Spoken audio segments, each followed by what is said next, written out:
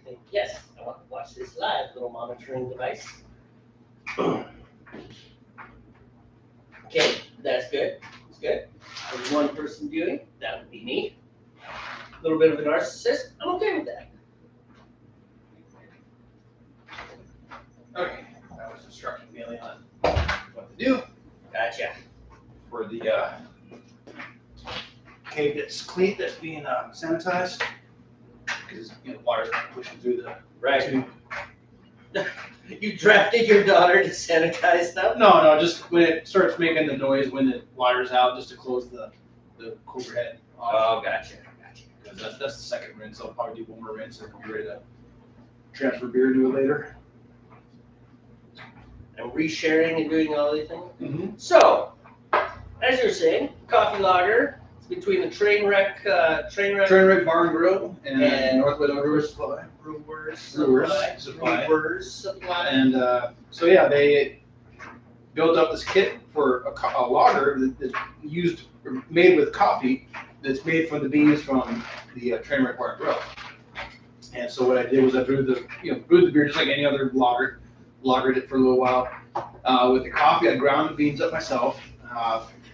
Soaked them in 2 cups, 16 ounces of water overnight. They call it cold brew over at the refrigerator. Strained it out, and during the last week of secondary fermentation, after I racked it, poured the coffee in there and sat for about a week, and then I cold crashed it, caked it, and we've been drinking it ever since. Yeah, and it's delicious. It's good. It's good. It's got that clean, crisp. It's a little bit heavier than, well, I guess it's not fair to compare it to like Coors Light or Bud Light. Oh, yeah, no way. I don't remember the other grains that went into it, like what kind of malts were in it. Probably Pilsen Light, Maybe we should try, like, the paper was over there somewhere with the recipe on it. Maybe we should go down to Greg's one day and like grab some lagers. We always grab ales when we go down. Let's just grab some lagers to see the difference. Yeah. Because I know one of the things in general, like big in general thing, is lagers have a crisper, cleaner finish than ales. Ales have a heavier mouthfeel. They kind of hang around after your sip is gone and you swallowed it. There's still that feel in your mouth. Whereas lagers are they're supposed to be more like water, just. Right. That's why lagers tend to taste better cold, like really cold. You compare it to like an ale that, in my opinion, tastes better, not like 32.5 degrees. 32.5 degrees. I like to keep my chest freezer, my kegerator, whatever you want to call it, at about anywhere between 39 and 41 degrees. So, depending what's in there. Now, when I carbonate, I take it down to 33 degrees when I carbonate, because the colder it is, the better when you carbonate.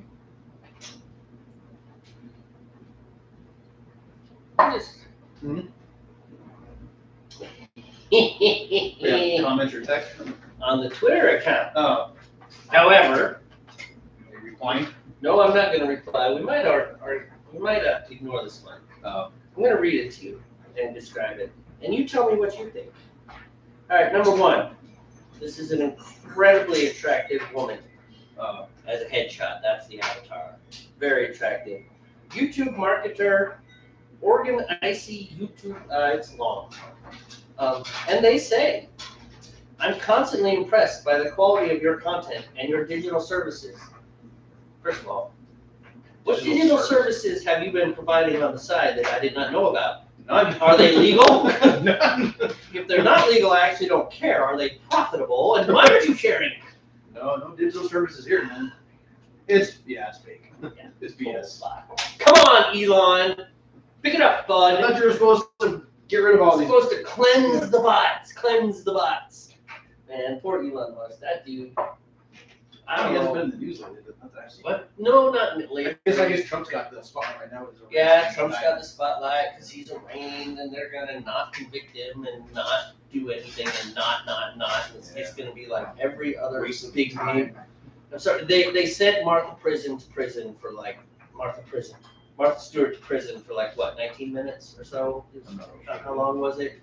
It was like for some insider trading thing. Right. There's your sacrificial celebrity. Look, we punish celebrities too. No, you don't.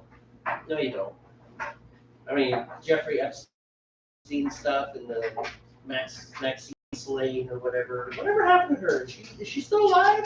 I Did have she no get idea. suicided?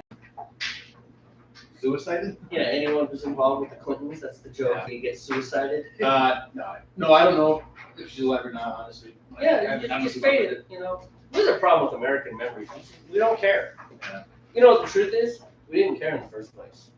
You're right. It is so far removed from us. It's something to get outraged and excited about, but really, all the people that Jeffrey Epstein hurt are no more important to us than all the people on Alderaan that died when the Death Star blew it up. Wow, quite a interesting. I know that's a very cold, callous thing to say because obviously the Alderaan. But I understand what you mean. Though, yeah, even though it was a movie, yeah, I mean, it has nothing to do with the movie. It's the fact that we didn't really care because whatever. Yeah, and you know, maybe I'm being excessively cynical, but I really don't think we care that much. Yeah. It's a circus. It's entertainment. It's it's that Huey Lewis song, "Dirty Laundry." Yeah.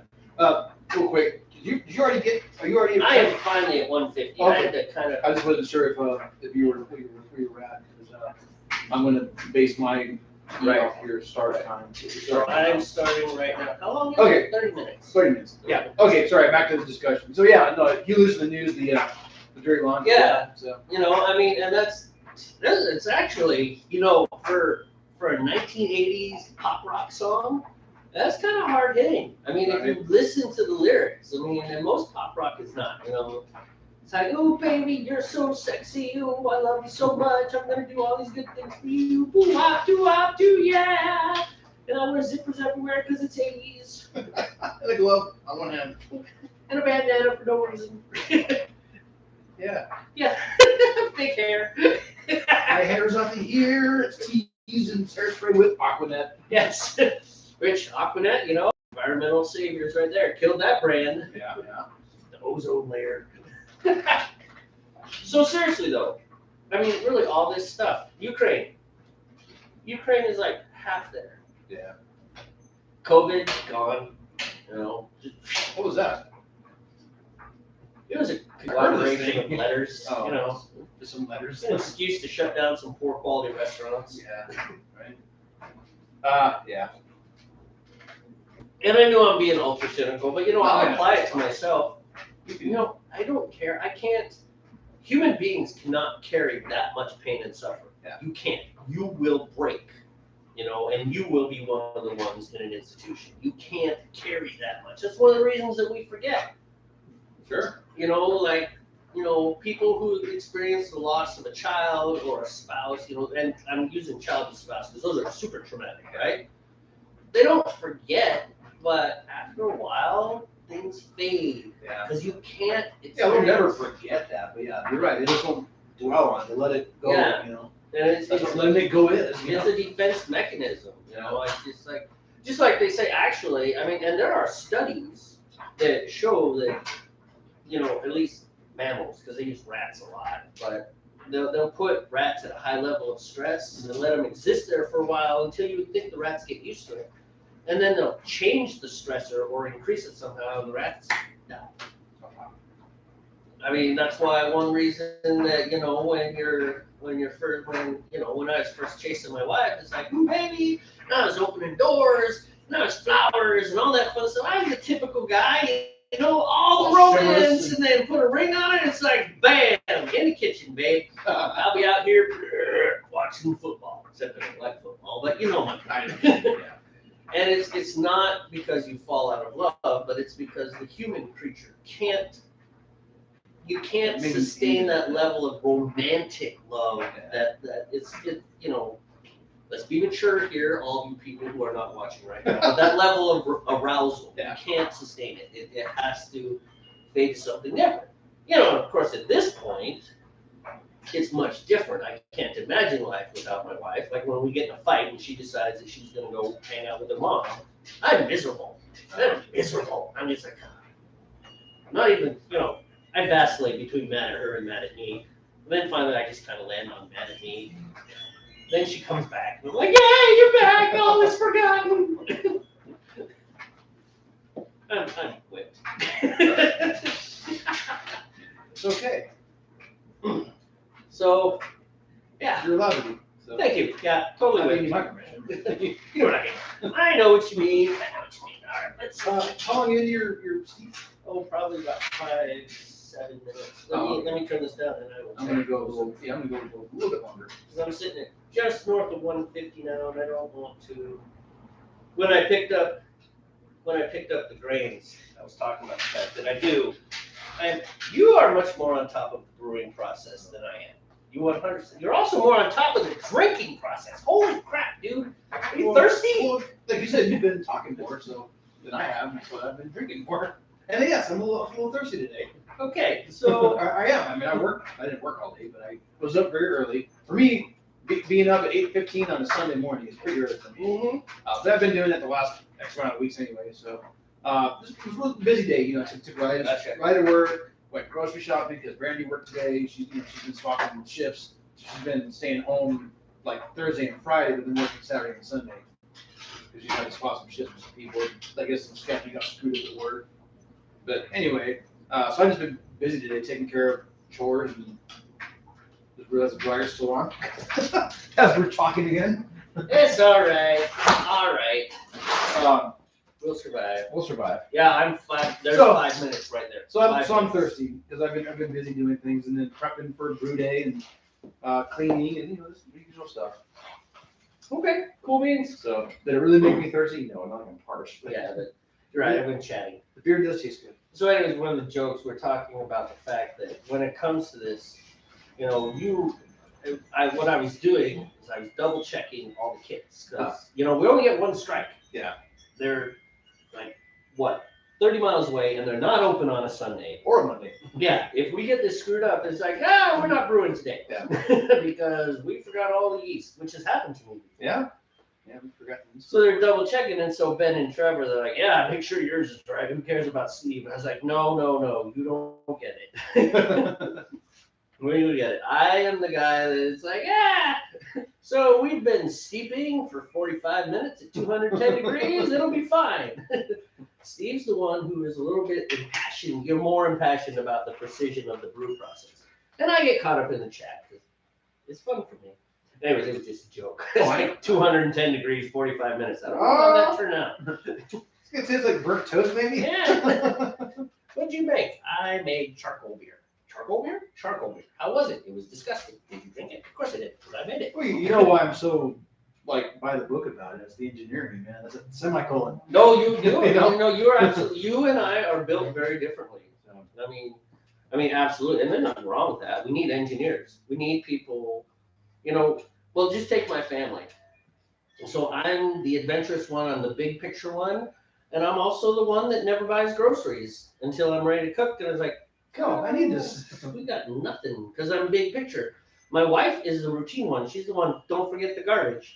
I'm like, I won't forget the garbage. And I get angry, and then it's like, I forget to put the garbage out. She is not going to let me live this down. You forgot the garbage again. Did you get the oil in the car changed? Yes, I changed the oil in the. No. So, but it works, right? Yeah. So, I'm the one that's dragging her to Japan. She doesn't want to go to Japan necessarily. I mean, it's not that she doesn't want to go, but she's a homebody. She likes her routine. She likes the stuff. It's like Japan is scary, and it is a little scary. I'm gonna drag a profoundly autistic kid to what I consider one of the biggest cities in the world. I mean, Japan. I looked at Tokyo, man. Tokyo made Hong Kong look like a village, just on the Google. It covers a lot of area. Yeah, it's a big city. Yeah, and it was really interesting. I was talking with my friend All Yoko. this concrete and glass and steel. Like Tokyo, when I was stationed there in Atsugi, the train from Atsugi that you could take, you have to make some switches, of course. Mm-hmm. To Tokyo it was nonstop. Urban. There was no country in between. Dude, I looked at it in Google Maps, and I know what you're saying. Yeah, you're in a different city, but there's no boundary. I mean, you just that was the weird thing. So, my friend Yoko, we had a Zoom meeting with her on Friday. That's why we couldn't hang out because she wanted to talk to us about getting around and doing this and doing that and the other. And she called these things towns, right? So we're at Asagaya Station, and she said the first thing you gotta grasp in your head is that in Japan, it all revolves around the station, the train station, right? Yeah. So we're gonna be living, or gonna stay like 3 minutes from Asagaya Station, which apparently is a really good thing. Apparently, I did a good job getting this place.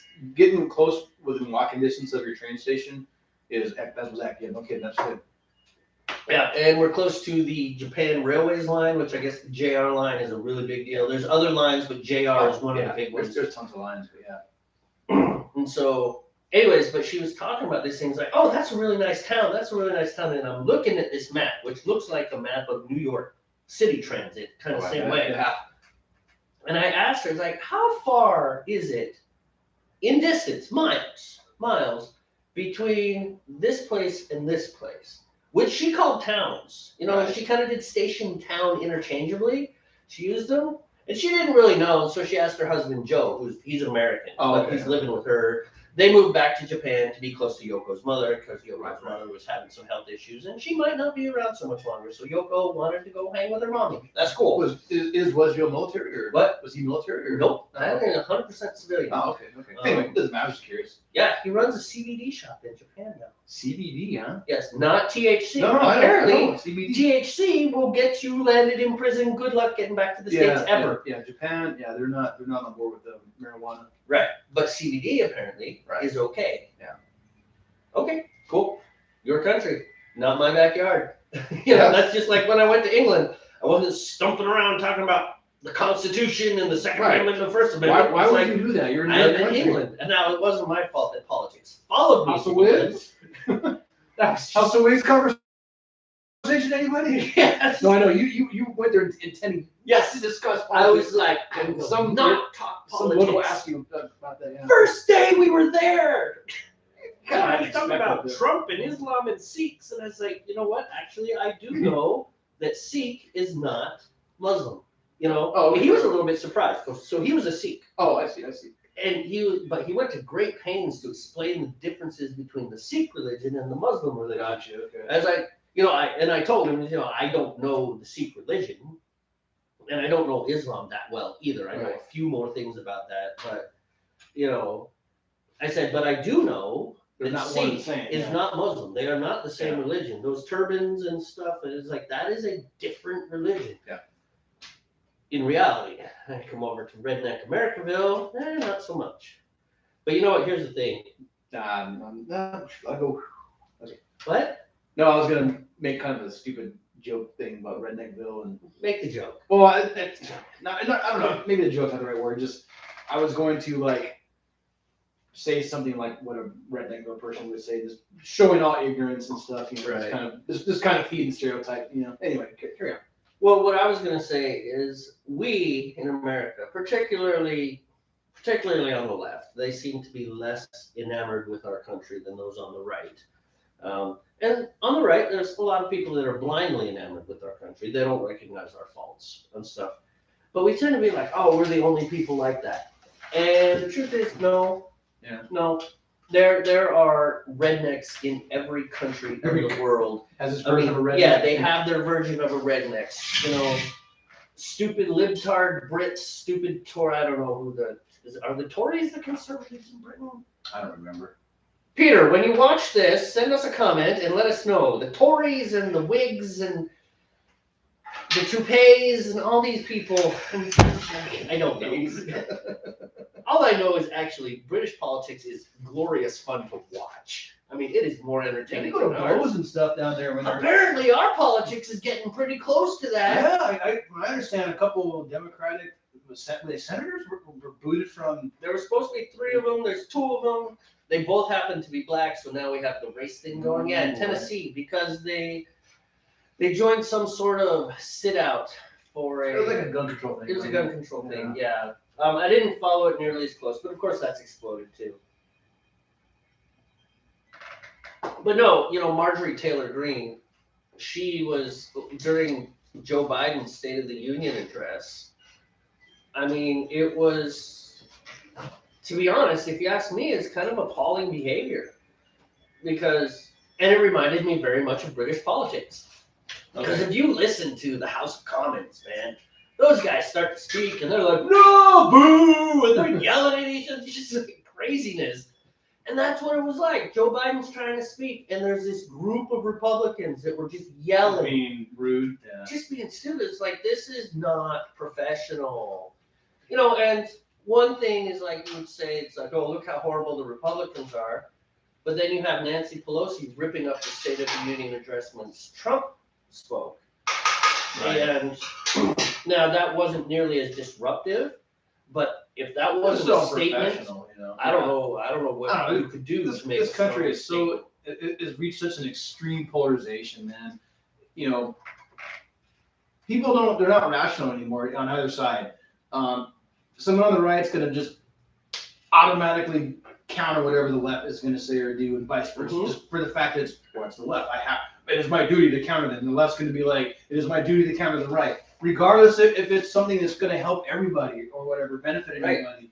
Right. They're just so polarized, and live with blinders and tunnel vision on it. It's so ridiculous, man. Right. Now we have to be careful. It's embarrassing, dude. We have to be, but again, I'm telling you, I have friends in several different countries. I adopted that. And this behavior is everywhere. I get it. So I think Americans are okay. I know it's not that we're the only country that has these kind of idiots, you know, in office, but just like, well, it's embarrassing, man. It's like, really, we can be better than this. You know, we're one of the most visible as a people. We can be better than this. You know, nobody ever tunes in and looks for Holland's politics. No, I know. No offense if there's any Dutch, Netherlands. I don't know what Dutch people call themselves. Do they call themselves Dutch? I guess. I mean, I don't know. If they were to translate what they call themselves into English, would it be Dutch? It'd probably be Dutch. Yeah, all right. So no offense to Dutch people, but the point is, nobody cues in on Dutch politics. They don't get excited about it. You know, English politics a little bit. Germany, because Germany is a big country, they worry about that. Very few people worry about Denmark. Although Denmark did something the other day that got them kind of in the spotlight for a little bit. Huh. Portugal. Like, you never heard anything about Sweden or Finland? Yep. No. Well, you do hear about Sweden when they refuse to do draconian COVID measures. Oh, they got in the spotlight for that. Okay. When they buck the Western civilization trend, right? You know, that got them in there. But still, the point is, right? You know, Iran makes a move. Nobody says, "What is Swahili gonna do?" Nobody says that. So I'm hearing that Iran and Saudi Arabia are now kind of being cordial with each other. They're getting along? They're getting along, and what did he tell me they did? Some kind of, I don't know if agreement's the right word for it, but something they're doing with each other, which is weird because they weren't really cordial for a long time now. Oh yeah, and we don't want them to be cordial. So I was speaking with a gentleman a long time ago. Not go dummy, because I remember what he told me. But and we were talking about this, that, and the other. And we're talking about the Middle East. And he said, you know, the truth is, the United States does not want peace in the Middle East. They don't want a Middle Eastern superpower. Yeah. Right?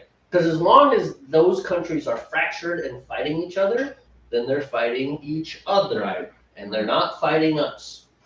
Well, if we didn't have worry about oil, then we probably have no interest over there, man. Yeah, we wouldn't care. But we wouldn't care, you know. It's all about oil. Who cares? I mean, we need to just not worry about oil. I know it's so easy to say that, but it is. Well, lots of things. And we've had that discussion before. It's like, on the one hand, it's like, gee, it'd be nice to go here. But on the other hand, I like my internet when the power's on. Yeah. Right, I'm going to get the carboy out and top this off. All right. Top, what up? Beers. Oh, carbo. You said carbo. Oh, I meant growler. I'm like, carbo. Just reading carboy.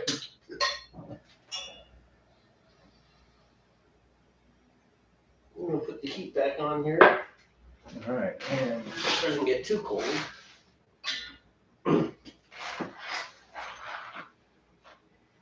So, you said all that to get back around to green people and the challenges they face.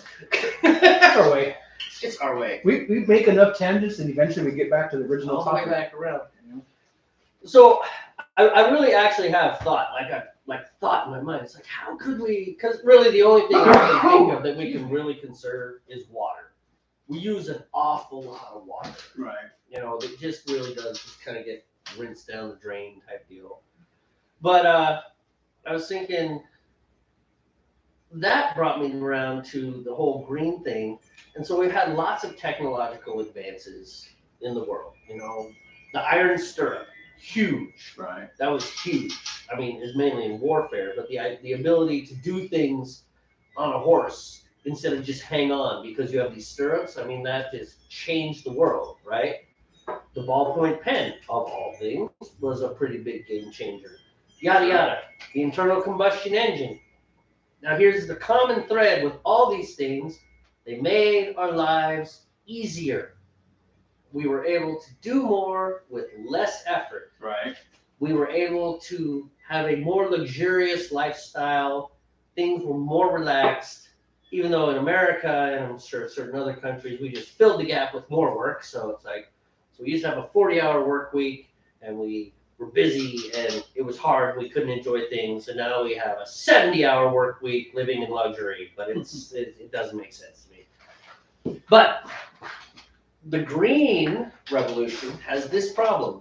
We have another technological advance with solar power, wind power, tidal generators, et cetera, right?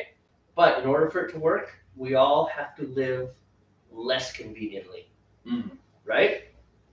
You can't do this for an hour. Look how much electricity you're burning here, right? Turn that TV off. Turn those lights off. No, you can't eat this much. Eat less red meat. Enjoy things. See those things that you enjoy? Less of those, right? Don't drive to work, walk to work, right? No, you can't do this. No, you can't do this. And that is a tough road to hoe because humans in general, you got your little 2 or 3% that are all passionate about something and they're doing that, right? It's like, I believe in green power. I have taken all the light bulbs out of my house except for the only ones I need. I purposefully moved to a smaller place that I don't enjoy as much, but I can walk to work, et cetera, et cetera. There are people that make those sacrifices. Sure. And then there are people where I ask them, why don't you have an electric car? As they are lecturing me about my non-climate change panic lifestyle. And I say, why don't you have an electric car? And they respond, I want to travel. I'm like, okay. And you're on the climate change team. Right. And you're telling me this. It's like it's the dichotomy of it all, man. Right. And that's moving over into the hypocrisy zone, and the truth is we're all hypocrites to a certain extent. I guarantee you and I, if we looked in the mirror hard enough, we could find a stance that we have and say, oh, sure, I do this. I do this. It's counter to that, yeah. Yeah. I have no problem admitting something like that. It's like, yeah, I'm sure I do, man. So it's like, but I'm not gonna stop. So, yeah. I wonder if is the audio still working? Tell me. Yeah. Okay, the audio's still working. Audio's still working. We don't have any viewers today. No, nobody's here. I wonder where everyone is. It is Easter. Yeah, that's true. Everybody's probably doing Easter stuff. Happy Easter to the Protestants. Yeah. I'm not Protestant, so my Easter's next week. So, but I can see a lot of Easter. Here's one that we can rant about. What the heck is Easter Monday? Never heard of that. Yeah, it's on my laptop there. Calendar. Easter Monday calendar. Here's the deal, dude. You either embrace the religion and you get to celebrate Easter, or you don't and you go to work on Monday. Well, I'm off Monday, so it's I not a holiday. don't think anybody's off on Monday. Easter Monday. Are you kidding me? What the hell did that come about? I don't know. It's cultural appropriation. I'm offended. I'm lying. I'm not. I don't care. I just think it's really dumb. Easter Monday. It is dumb. It's like let's invent Totally dumb.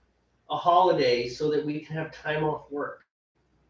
It's like, look, it's Easter Sunday. That's what it's a Christian holiday, right? At least if we're talking about the Easter that we think of when we say Easter. Yes, Easter Island, and then we can talk about all the pagan stuff, yada yada yada. But just general speaking, it's a Christian holiday. It happens on a Sunday. It's Easter Sunday. Today. It's Easter Sunday. It's not Easter Monday. Easter Monday. It's like I saw something else that happened on It was a holiday that happened on a Sunday, or maybe it happened on a Saturday. I forget what it was, but then the next Monday it said this holiday observed. I was like, stop it! Just go I know work. they do that on federal holidays. If it falls on a weekend, they'll observe it on like a Monday or a Friday. Yeah, I just don't know, man. I think Because all it is a sanctioned day off. Is all it is, you know. And yeah. so if the holiday falls on a weekend that you're not working anyway, no, you're still gonna get your sanctioned day off. Mhm. So the whole purpose of it is to have a day off. It's not Right. a weekend, you know. That's the whole purpose of it. So yeah, I don't have any beef with observing a holiday on a Monday or a Friday. It I guess- happen to fall on a weekend. I guess some people work at jobs that are. They Well, it feel seems more like unfair. jobs than mine. It seems unfair because a lot of people don't get federal holidays. Like where Brandy works, she doesn't get federal holidays. Yeah. Not she gets some of them, but not all of them, you know. Well, where I work, we get 6 holidays a year. Yeah. Thanksgiving, 4th of July, the two bookend holidays, Memorial Day, Labor Day, Christmas, and New Year's. All those others, Yeah. Columbus Day, Indigenous Peoples Day, whichever one you want to call it, Juneteenth is a Juneteenth. new one. Juneteenth. New Martin holiday. Luther King Day, yada yada yada. All those President's Day. we don't get those. We get 6. Yeah. Those are the 6. I get 10 holidays, but they're all the standard federal holidays. So whatever day the government doesn't work, I don't work. Right. Gotcha. Wendy's job is like that too. Yeah.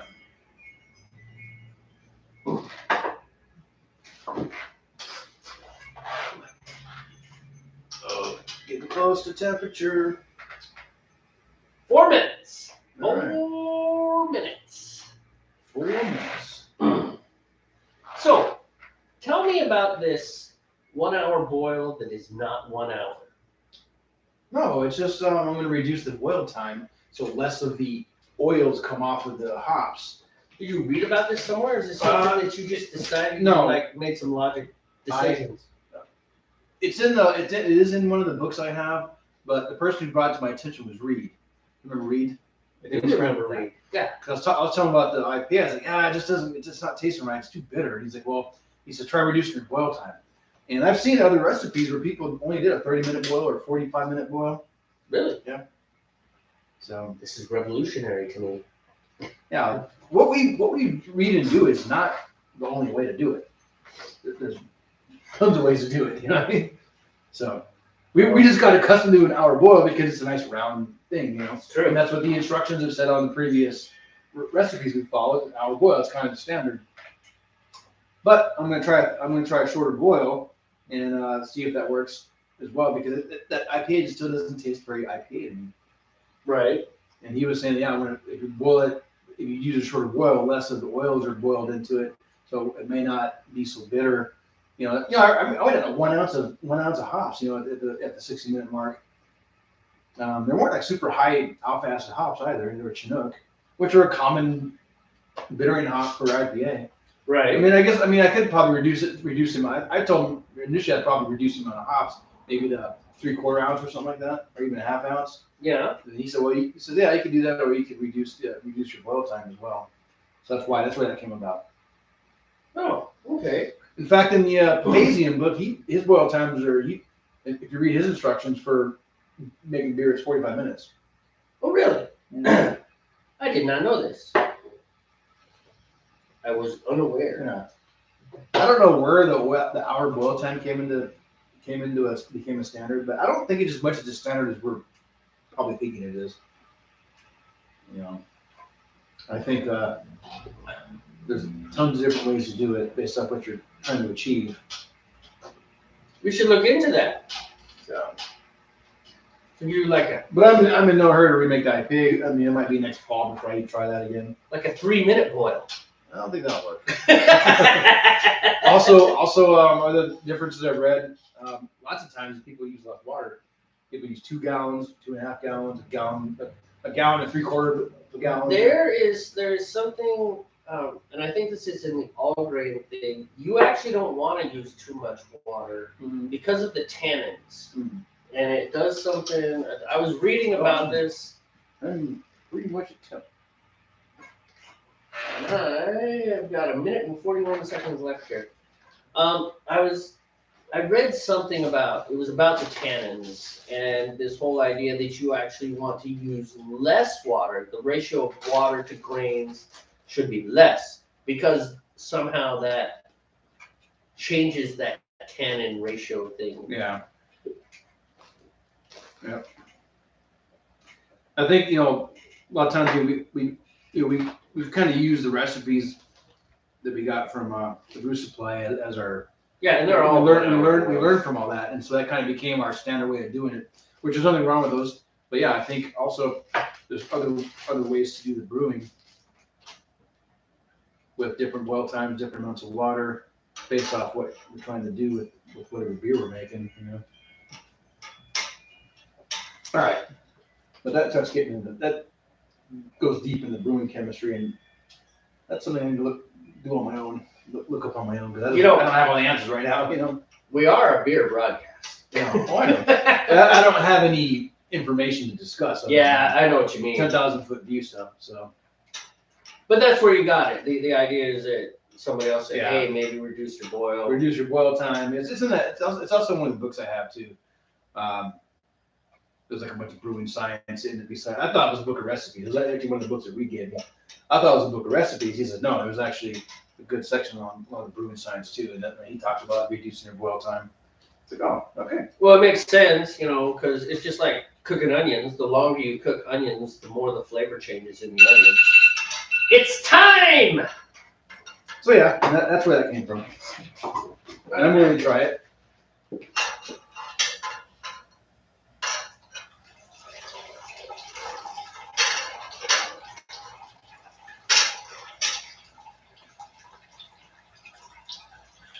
It's funny, like you say, I'm more structured in the way I brew, but I'm more open to experimentation. By changing ingredients and stuff. You're like, oh, that tastes good. I don't need to change it ever. It's true. It's true. Although I guess I would push back on that a little bit. You tinker with your beers trying to get them perfect. That's exactly what I'm trying to do. Is I'm trying to dial in something. Right.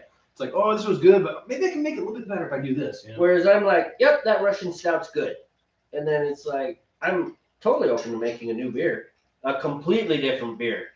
What's that? That, my friend, is a lunch porter pale ale IPA lager. Lunch porter. Like, what is that? I don't know. I don't know. We're gonna find out in about 5 weeks.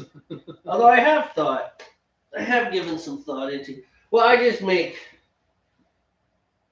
just really happy with the beer that came out, and it's like, and part of it's because I don't have as nuanced a palate as you do. I'm like, it's good. It's like, what do you think about that one? That's good too. How about this? Also good. Talking about most food, I'm like, that's fine. Yeah, that's where I land with food. And I think the military did that to us because, all those years of eating shipboard food where you just ignore the taste. You're like, yeah, it tastes good. It's fine. What's it taste like? 6 cups of Tapatio? Tapatio, A1, and lots of pepper. Yep. That's it. Yeah. All right. So yeah, I'm not picky at all when it comes to food. I mean, very, very, at least like standard American home stovetop food, Yeah. I'm not picky. Brandy's always like, well, how's that taste? It tastes fine. Yeah. You sure? Good. Yeah, it's good. Why did this? I'm like, yeah, it's good. Yeah, good job. I have tried harder to taste Wendy's food because you gotta think. That's like when we make our beer and the guy he's like, "Don't be afraid to criticize it." And they're like, "It's good." That's it. You can say it. You can say you don't like it. No, I really like it. It's good. No, it's good. Yeah. Anything special about it? It's good. Oh, okay. Yeah. I gave Jonathan crap one time. 2 months of my life building that thing, and it's good. Well, it was the first time Jonathan had my homebrew. I was like, dude, don't be polite. You can really, I need to know because I'm still learning. He's like, oh, it's really good. And I was like, dude, I told you don't be polite. He kind of looked at me like, I think he got offended. I accused him of being polite. And he's like, no, man, I really like your beer. It's like, oh, thanks, dude. Well, I do know some of your beers are really good. Resurrection Ale, what you're making. That one came out. I definitely. And this one should be back to the original one that we're like, yes, I think your IPA, the second iteration of your IPA. Wait, How many of those has he made? You've only made the one. I've right? only made 2 of my IPA, and I've made other people's IPA. Right. Come out okay. But this one, so the first one I remember it was like It was really bitter. Yeah. Yeah, and it was big, and it didn't have a lot of aroma, and I No. remember. I think part of that's because you added some of your hops really early. It's like- Yeah, I did too much bitter hops at the 60-minute, and I think I started at I added hops at like 40, 30. Yeah. And it just boiled off too much of the oils. you Yeah, know? it was just like that. You've almost just mainly added more bittering hops Yeah. at that level. That was a lesson. That was learned. my thought. That was my thought. And you were absolutely correct. Yeah, it's like, oh, I Yeah. just really bittered the heck out of this one. Yeah, and I think the second one was not bad at all. I actually kind of like it. This one is good, but I wanted more hop aroma, and I didn't get it. Nope, I get it. So there you go, tinkering again. See, whereas I would be like, it's good. Ship it. Ship it. So Send it. I think what I had to do to get that hop aroma is dry out. I think Yeah. I'm just gonna have to suck it up and dry Ah, out. I hate dry. So, All right, I'll be right back. okay. Entertain us. Hey, it's us again. Hello, me. Right. Read the real me. And caramelized onions with citra hops and a 90-minute boil. Go. Caramelized onions. It's so crazy. It just might work. All right, fine folks that aren't actually watching at this particular moment that I'm talking. I have, if you've been paying attention, I've achieved my steeping temperature, which is about 100 and, actually it's getting a little bit low, about 150 degrees. And that's going to go for about 30 minutes.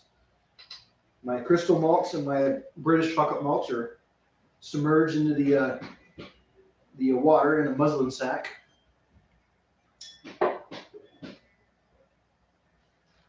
I hear noises through the garage door there. All right. There we go.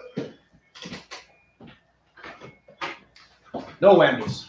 No whammies. No whammies. Caramelized onions. Oh yeah, totally. It's gonna be a French beer.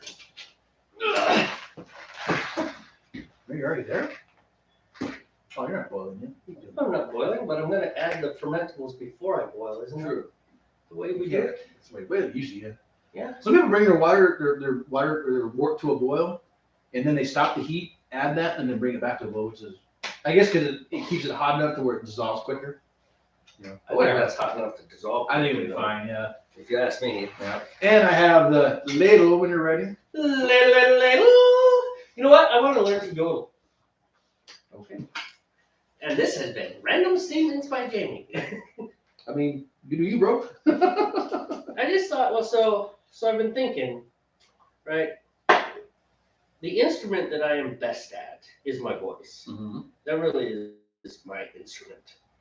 I think I should really learn a lot of vocal techniques. And yodeling, I mean that again that pop thing, blah, Sure. but in a controlled manner, that's not easy. You know, people make fun of it because I don't know, because we make fun of anything that's not rock and roll or country. But if you think about it, that takes some. Yeah, it takes some sticky vocal skill. I know, it's something I hate about the liquid malt extract, man. It's, yeah. The stickiness alone is enough to push me to do all grain. Oh, boy.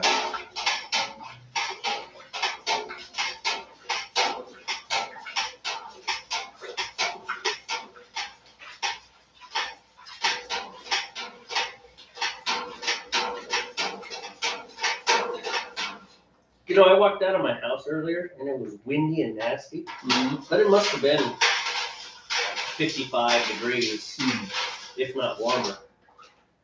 It was remarkably warm for as foul as the weather was. Mm-hmm. Okay. Yeah, we've had some strange weather. You know, it's spring, but it's been pretty cold. Like the other day, it hailed. I think last weekend it hailed when I Oh, took really? it to work. Yeah. Like my window's like tick, tick, tick, tick, tick, on my window, you know, driving down the dirt road where the barn is. Oh, wow. I was like, wow, that's interesting.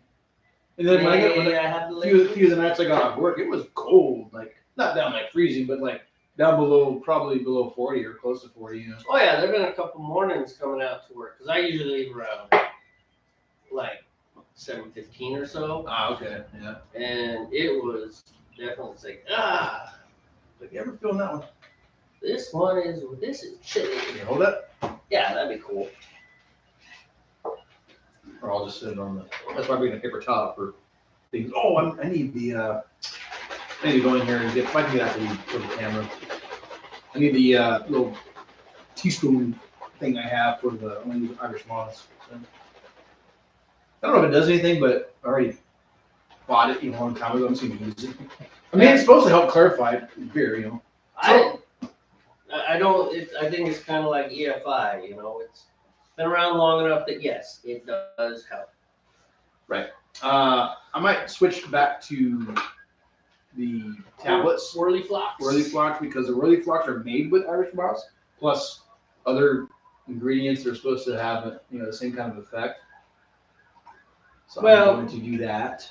I think the thing is that they say that the Irish moss also, or the whirly flock, also increases the incidence of chill haze, which is one of the things that we deal with a lot. Yeah, it increases it.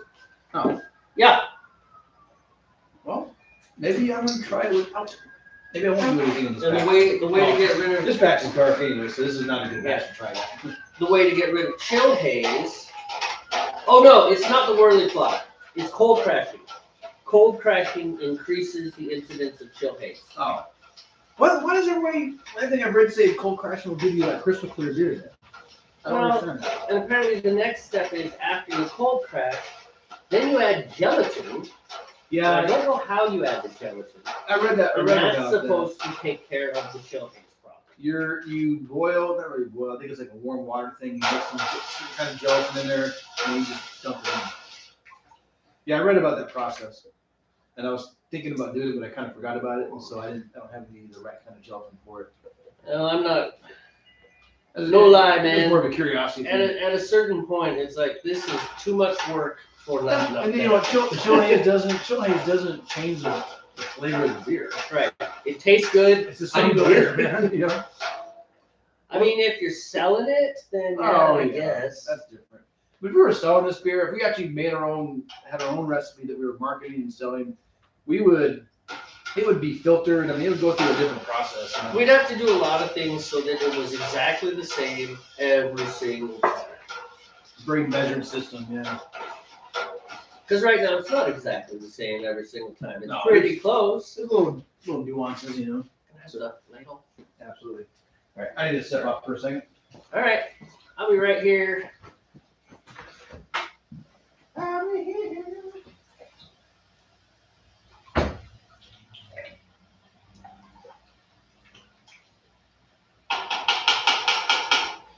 So yeah, sustainable beer brewing. What do you think about that? Replay viewers, leave it in the comments. That's what they always do, right? Leave it in the comments. They point down. It's a whole society. It's a whole culture around this streaming and video thing.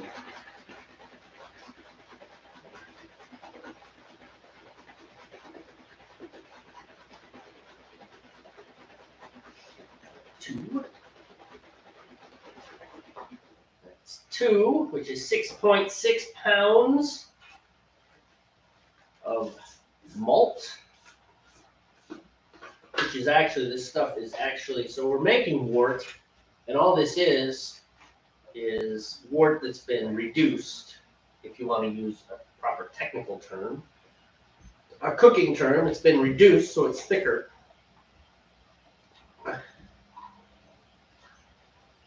All we've done so far is we add the specialty grains.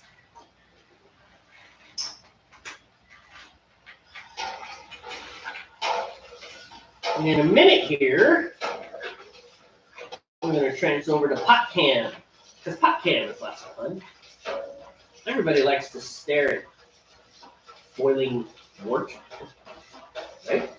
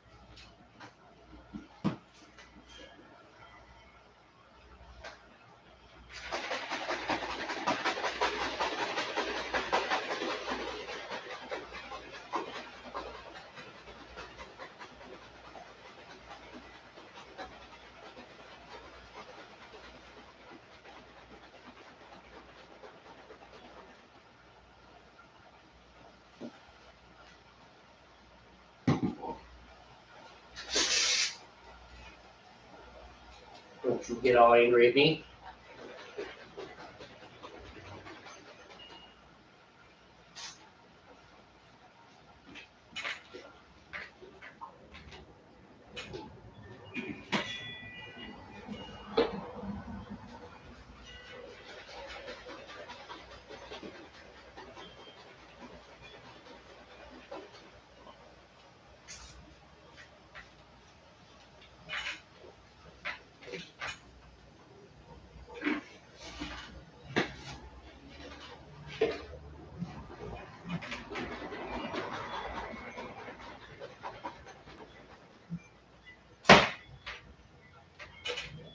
Ooh, a little pressure in that one.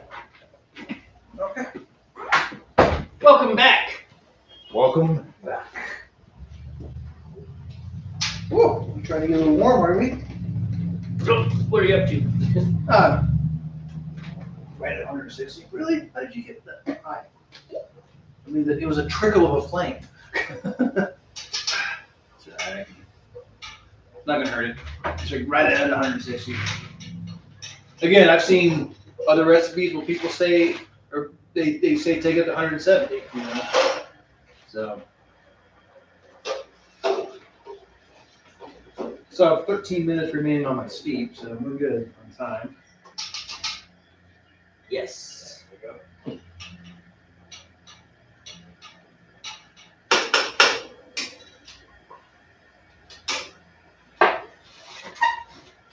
And now let's bring out Hot Cam. Staring at the floor.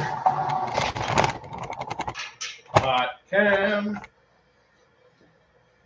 Oops. Hot Cam's not looking at anything there. Oops, gotta move back. Move back. Back, you beast! There you go. There we go.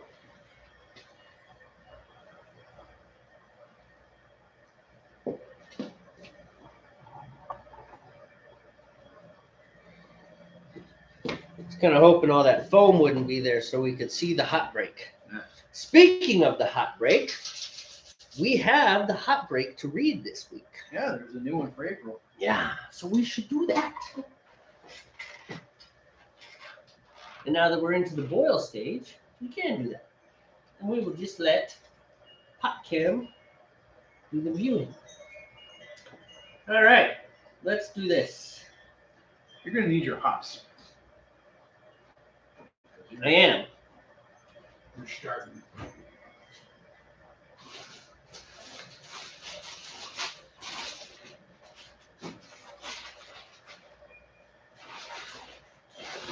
Where are we? I know you're in here.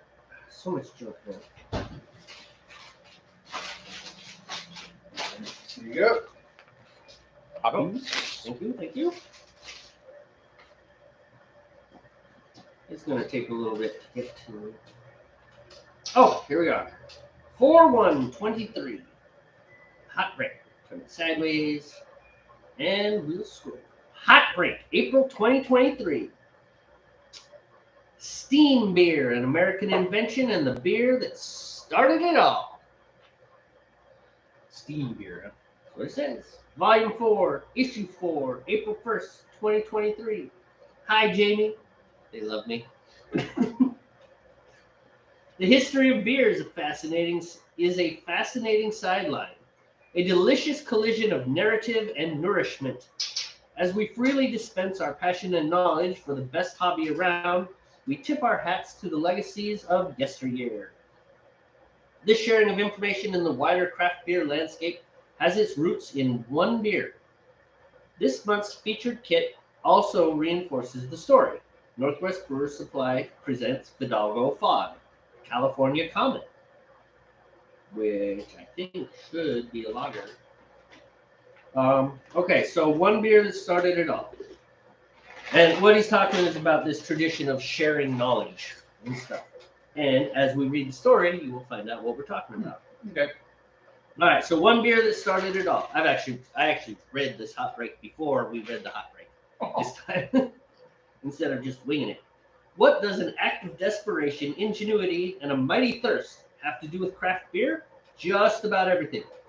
Okay, so the story starts all the way back in 1849 in the California Gold Rush. During the peak of the rush, California's population increased 310%. And this presented a great need to keep everyone hydrated. Okay. This period of history would also have a healthy percentage of migrants from Germany who naturally brought with them a beer tradition that, like the brewer who makes it, sought out fertile soil to start a new life. Arriving in San Francisco, the brewers of the time found the climate unsuitable for the lagers they would have been making. Necessity may be the mother of invention, but running out of beer certainly has to be a close second. Right. The beer that resulted, the steam beer, or California Common, was the result. Brewers of the day, in an effort to beat the heat, decided to use cool ships, long, shallow, open fermenters. Shallow vessels and cooler evening temperatures kept off-flavor development at bay in the Bay Area. Get it? Yes, we get it. Thank you, Ben. It's a California joke and not a very good one. You got that right, buddy. The faster fermenting brew would be packaged and shipped to hydrate a thirsty city. Named California Common comes from the fact that just about everyone at the time was brewing a version of this beer. It was quick and cheap, and if you had been breaking your back digging or panning for the shiny stuff, you couldn't argue with the price and availability. Hard to imagine that this style of beer would become the herald of a movement that is ultimately responsible for you, that would be us, reading this article to other people. Beer by any other name, there are a couple theories as to the source of the name steam. One theory is the cool ships were mounted on the rooftop of the brewery and the cooling hot wort would create its own cloud cover over the brewery. Another theory comes from the fact that production was a hurried affair just to keep the rapidly growing populace sufficiently hydrated. That hydrated. Okay, it's beer, man. So the barrels were filled and shipped and would mature en route or at the tap room, not unlike the UK cask tradition. When the barrel was tapped, the pressure would need to be released, and the rapidly escaping CO2 would sound like a locomotive steam whistle. Okay. In either case, there's not a lot of steam used in the production of this beer. Kind of like cream ales, which have no cream in them. Yeah. Name could have just been borrowed from the language of its early brewers. Another German style of beer, also brewed at higher temperatures, called Dampfbier. Literally translates to steam beer. All right, so how to start a movement. Just how do we get from low-quality beer meant to satiate the desires of hungry miners, overworked dock workers, and just about everyone else whose work feeds a growing metropolis? How does this commonplace addition to the beer landscape spark a rebirth in brewing and launch the industry? The beer style, steam beer, was never intended to be a lasting legacy and would have died out completely if not for one of the pioneers of the craft, Fritz Maytag. Yes, that Maytag. Washers, dryers, stoves, etc. Mhm. That guy. Fritz thought to use a portion of his wealth to buy a failing brewery. That was really smart. A brewery whose reputation was for producing sour beers. Okay, not like Garden Path that does it on purpose. Right. Right here. We are talking about the accidental sours that you don't tell people about. Yeah. Not a fan of sours, accidental or otherwise. Yes. The Anchor Brewing Company at that time didn't appear to know any more about sanitation than it did for beer production. I see. This is where the Anchor Steam beer comes from, huh? Uh-huh. Okay. The Maytag brand's philosophy of making a better product with better ingredients rather than compete on low prices would enable Fritz at the helm to bring in a level of innovation and expertise and quality to the small brewery. So instead of trying to compete with all the other steam beer guys, they're like, why don't we make a good beer? That's what I'm getting from this. Like, let's make a good beer. Yes, let's make a good beer. So, reviving an old style beer from Anchor's catalog and turning the brewery into something completely different. It is the success of this small brand beer that really set the stage for the craft beer movement. Rather than expand operations and try to be the next Anheuser-Busch, Fritz started sharing what he had learned with other small breweries, and it is this attitude of sharing information with your competition that allowed Ken Grossman to produce Sierra Nevada Pale Ale, Okay. and the Widmer brothers to create their own beer empires. We call them microbrews. We called them microbrews in the 90s, which is, that is, oh, are you watching my kettle? Because this is the point where I need your help. It's starting to kind of. Yeah, I see that. A little bit of stuff. Little It's kind tremor of here and there. foamy. So anyways, and the term microbrew has kind of gone away. I think part of that's because a lot of our craft beers are not microbrews. Yeah, they're called craft beer. Kind of took over. It's like I'm saying, we're a Took over. microbrew. You distribute to all 50 states. You You're are not micro. Yeah. We are microbrewers. We are microbrewers. Yes. All right. The Hey, growth. Hey, whoa. Might want to keep an eye. Okay. You're like getting a lot of motion. We'll be back. We'll be back. Pretty soon. I have less than 4 minutes on my steep, which means I'm gonna have to go inside and get my malt cereal soon. Okay, so hold that thought. I'm trying to control all this. Growth of other brands of beer allowed the small anchor brewing to continue to produce and stay profitable at the small size as the desires of the market. Watch your beer. Okay, never mind. The broadcast can wait, dude. It'll be fine. They need to be entertained, and boiling this beer over will be entertaining. If anybody watching this is gonna be like, yeah, look at it, it's gonna boil. Stop reading, you idiot! Look, I'm here for you guys. Ow! Ow! Ow! Ow! That's. Shut up, dude. You got that. Yeah, I do need some cream here.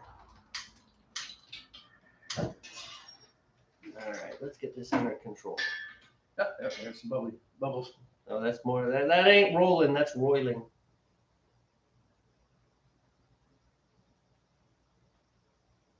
All right, got this. You got this.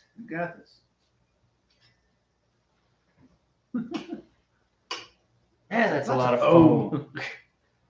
There you go. Trying to get down to your liquid. Once I get this under control, then and only then will we add the hops. I'll show you what, man. It's so fluffy. Fluffy, it's like cotton candy beer. I just don't want to put the flame out again. Right.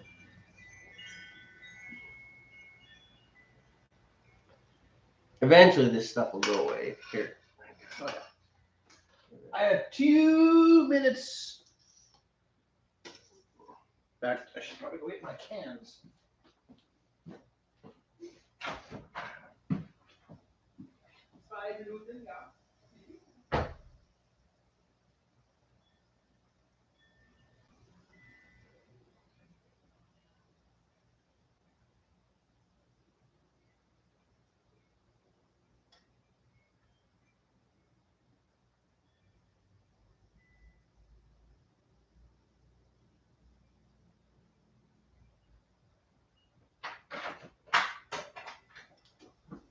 Calm down. Calm down. It's okay. It's okay. Woosah. Woosah. Calm down. 2 hours later, Jamie controls the boil. I'm going to reduce this back down to a malt status.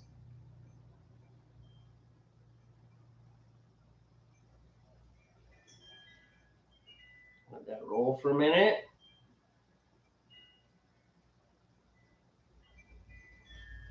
All right, there we go. That is controllable. Throw in a couple ounces of Willamette hops.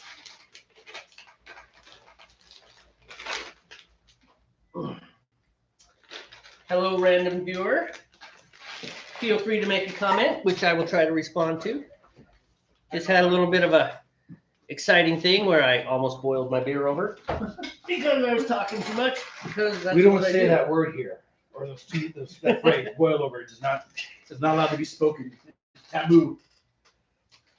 Well, it would have felt better if my beer had felt so approved. Blah, blah, blah. The words that must not be said. 6. All right. 5, 4, 3. Willamette 1 into the boil. My mouth is just not good. What's a boil? That's a good one. Boil.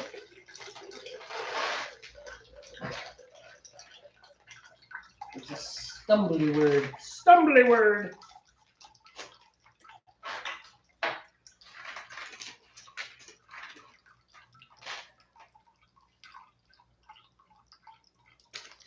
Just a little more heat. I want it a little more active than that.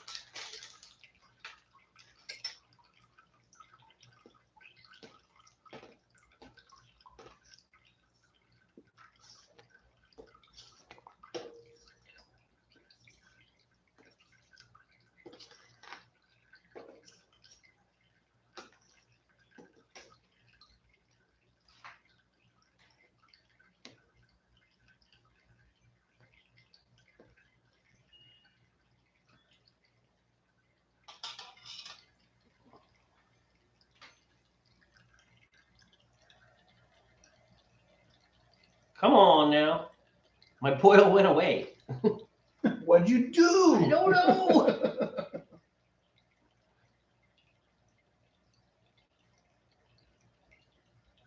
Come on back. You can do it. You can do it. You can do it. Well, that's kind of oozy and it's like a Yellowstone mud pot. Yeah. Not gonna lie, I know this will taste good when I'm done, but right now, this does not look appetizing at all. Wow, this is really taking time to drain. There we go. A little less. He's like, come on! less. Oh, smell the hops. Smells good. Definitely smells good. Yeah. All right. Now it's my turn to get sticky. Do you ever watch any movie that used smell-o-vision? Oh, what? There was a thing. I've heard It was of a it, thing but in I some didn't think it was- theaters. I didn't think it was Smell-o-vision. Oh, you don't think it's real? I don't know. I mean, I've heard of smell-o-vision. Maybe it's not real.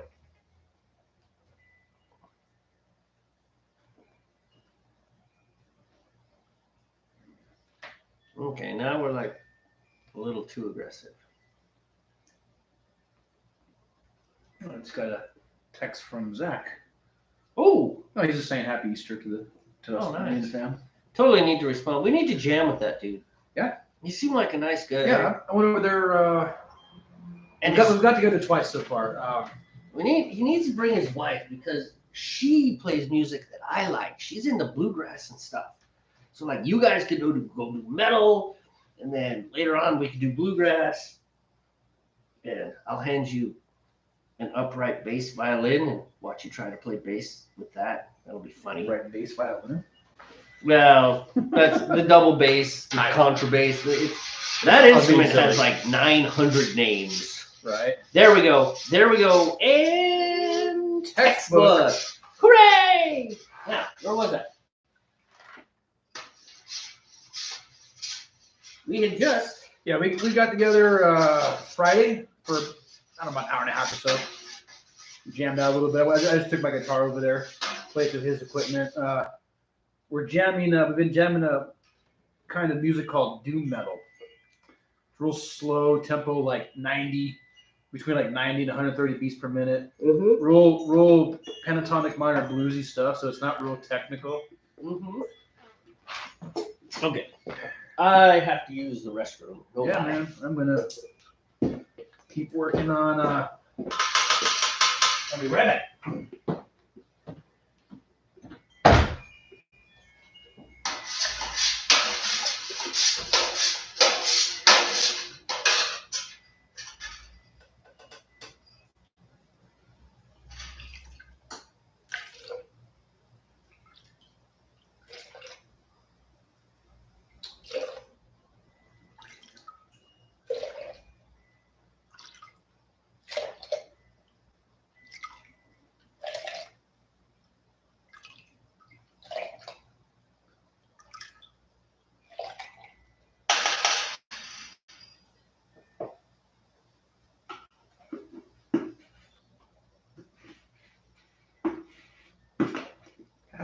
Dang it.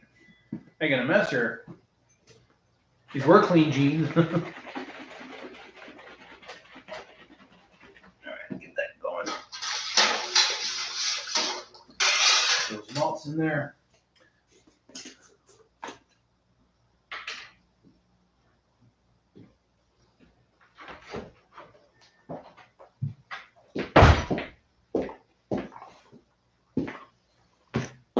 All right. Let us continue on. So,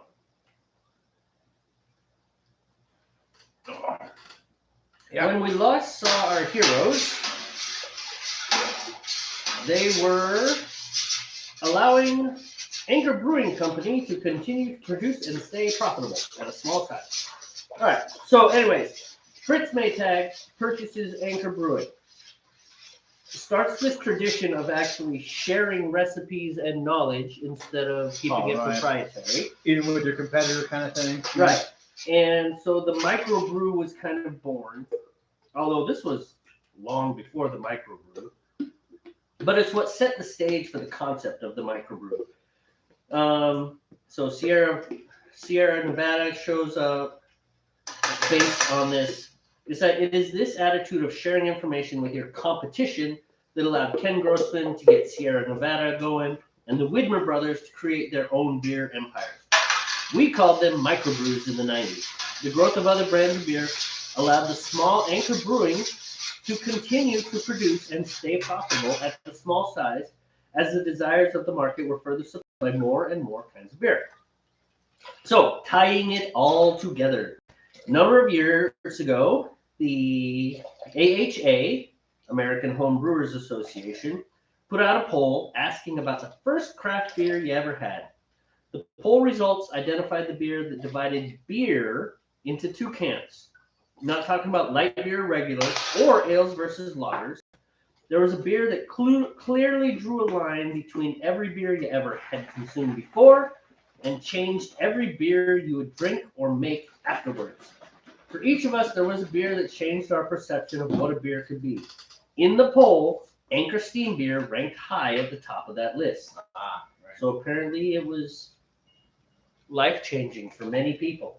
I've had it before. It's good beer. Is it? It's I don't good, think yeah. I've ever had it. I wouldn't call it life changing, but maybe in 1845 or 1850 it was life changing. Yeah. But it's good beer. It's like an amber ale. Oh, is it? If I remember right, yeah. I'm gonna have to get some just so I can say I drank it. I know the Nexus carried it. I haven't looked for it, but maybe they don't carry it. But I know I've seen it there in the past. But yeah, you can grab a 6-pack. I think Greg would have it probably at Beer Works. Yeah, I'm sure he would. I need a little more oomph on my boil. Yeah, it kind of peters a little bit. Better than the phrase which shall not say. That's right. Better than the phrase which shall not be uttered. Anyway, so the craft beer landscape placed itself apart from large-scale breweries, not for their size, but their sense of camaraderie with other breweries. There are countless stories of small independent breweries helping other companies with emergency supplies, sharing a yeast pitch, extra fermenter space, brewing another company's beer while they were flooded out of production. I guess they don't thermometer anymore. No, I took mine out.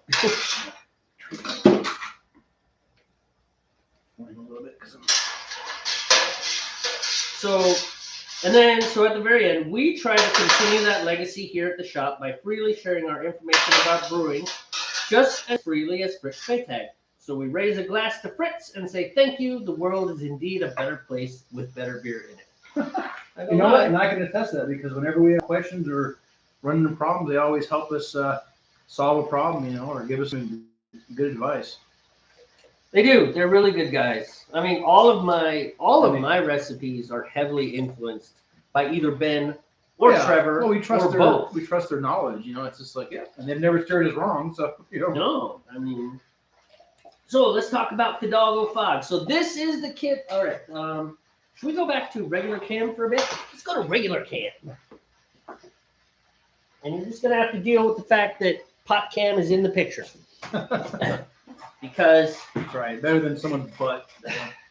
Which happens occasionally. Yeah. This level of professionalism is hard to find. You should value it, dear viewer.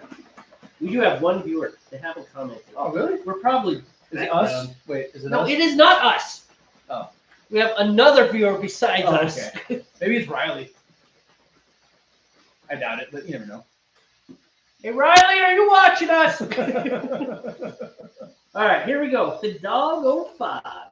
So you can get this at Northwest. So if you are in the Northwestern Washington area, close to Mount Vernon, check the guys out and maybe drop by and buy this one and make it. You will not regret it. And then tell us about it. Yeah, tell us about it. Maybe, Although I who might knows, get maybe it. next brew I'll make it. You know? I think you know what? I think I'm gonna make this next brew day because I want some nice summer beers. Mm-hmm. So like this, and we're going crazy again. I think okay, here's the new way we do it. You brew beer and I'll just run my mouth. Well, no. No. I don't want to watch 2 beers. Once you get stabilized, it'll be fine. Well, I thought I had it stabilized. That's okay. It's not gonna kill it. I know some of those videos we've watched on YouTube, they're like, there's a rolling boil, and it's like, holy crap, dude. Right, that's like aggression boil. That is one angry roller. All right, now all my malts are added. I just need to get up to rolling boil. Rolling boil. Oh shoot! How long have I been brewing? Probably not more than 7 minutes or so. Okay, sounds good. 53 minutes it is. I know it's kind of an odd number, but it makes sense to me. It's raining, yes. We lost the divine light through the window, and now we have rain. We have tears of the angels, you know? Tears of the angels. Why are the angels crying? Probably because of something you did. Because you did something you weren't supposed to You do. did something. You know what we need, my friend? We need beers. Ooh, let's have IPAs. Yeah, man. Let's see if we can. Is that down to keg of holding status yet? Oh no, it's full. Oh, really? The keg with the next least amount would be the Godiva chocolate. Oh, okay. Unless you want chocolate stout, we can do that. You know, wherever you want. I'm not worried about making keg room because I have an empty keg. So Well, I have 2 more empty kegs actually. I have empty kegs too. I was just like, No, if you want an IPA, we can do that, or if you want a Godiva I chocolate. like the IPA. Let's do the IPA. Do the IPA we were talking about. I think you did a good job on that one actually. Well, thank you. All right. So anyway, so Northwest Brewers Supply. This is the kit that is out right now. It's the California Common, 4.6 ABV and 47 IBU. So Fidalgo Fog. There is a day that every brewer has. The kegs or bottles are empty and you are out of beer. This is about the worst. I can't think of a worse situation to be in. Meanwhile, we have another great beer kit. My mouth is not working today. Meanwhile, we have another great beer kit you could make at home. From this side of the fence, the grass is not only greener, but there's more beer too. I'm totally jumping into your side of the fence. You will still have to mow your lawn. Ha! I have goats. If you have a riding lawnmower, You can make cheese. then have we got a beer for you. So the joke here being obviously that this is a little bit of a lawnmower beer. And 4.6, yeah, that's on the lower end of the ABVs. Okay, so Fidalgo Fog is inspired by Anchor Brewing Co.'s steam beer. Release of this month is the perfect spring sipper. Extract kit for $43. All grain for $33. Check out the recipe at www.northwestbrewers.com seasonal-beer-kits /https://seasonal beer kits/ lots of slashes, slashy, like a sushi chef. I'm listening. I'm just responding to Zach. No, you're cool, man. Looks like 25% off all flavorings. Nice. Spring beers around the corner. Bucket Buddy fermenter. This stainless steel fermenter is loaded with features at an amazing price point. Maybe the last fermenter you'll ever buy, until you need another one. Okay? I don't get what is this thing? Oh, you know what this is? No, I don't. Well, you know how I use that free kegerator I got for temperature control? Looks like this bugger temperature controls without the need for a kegerator. Oh, okay. And it's got like spigots at the bottom. This is kind of a cool thing. I might really want to buy one of these. So all stainless construction won't scratch like plastic or break like glass. 9.25/35 liter volume to contain your biggest beers. Temp controlled, concealed heating element in the sidewall, preventing autolyzed yeast flavors. Weldless spigot for easy cleaning with a rotating racking arm. Domed bottom for yeast collection. Easy pour lower handles. Airlock. Bucket Buddy, be cooled for year-round brewing. Additional hardware required. What's that? We'll have to figure out what that is. Temperature controlled fermentation is the 5th ingredient. Unit is perfect for colder season brew days. Bucket Buddy can be placed in a fridge or chilled with an optional internal cooling coil for year-round brewing. $180. Actually, that's not too bad. Learn to brew class. Beer classes are back at the Northwest Brewers Supply. And he left. Okay. Bye, Steve. We brew at least once a month at the shop. There's no reason we can't show you the ropes while we do it. We do not have a set schedule right now, but when we set a date, we'll reach out to you. That would be us, the fortunate recipients of the Hot Break, about the only newsletter that I actually bothered to read. If you want to be invited to the next brew day, fill out this form here. Yada yada yada. Yeah. Any viewers not in the area are going to ignore that part. If you're in England, maybe not. We have included the option to let us know your preferred days that you would be able to attend. When we schedule a brew day, we will reach out to you and invite you to join us at the shop. Can't make class? Don't worry. We'll keep your name on the list and try again next time. Yeah, what I want to do for their brew days, their brew classes, is when they teach like an augering class. I'm not sure if that's what that is that you're talking about, but well, he's saying you can fill out the form, and then they'll let you know. That's like fill out this form, and you have the hot break too. The problem is they're almost always on a day that I work. Oh yeah, I know. Same with me. Since I work in the evenings, it makes it even more difficult. Which that's just life, Right. It's just the way it is. I wonder if I even needed these because I had hops in my freezer that like partial hops, partial openings. Yeah, I got a bunch of like whatever these are. Some Yak and the Chief in there. Here's what people are saying about Northwest Brewers Supply. Go here, brew beer, drink beer, repeat. You'll be glad you did. Trevor and Ben are the best. All right, no lie. That is not so inaccurate. They are really cool. They really have. They have influenced all of my beers. I imagine they've given you tips on all of yours too. Oh yeah. Whenever I had a question or wasn't sure about something, either one or both would always help me kind of fine tune something I wasn't sure about. Or if I had an idea, I'd run it by them like, hey, what do you guys think of this? I know they got to be careful with what they say because if they give a piece of advice and it doesn't work out for that brewer, they don't want to be like, well, the guys told me to do this. And I mean, I get that. So they have some to be people are with the recommendations. Some people are less. You told me to do it that way. It's like, no, I didn't. I just said it might work, But whenever I had an idea by them, they've always given me, I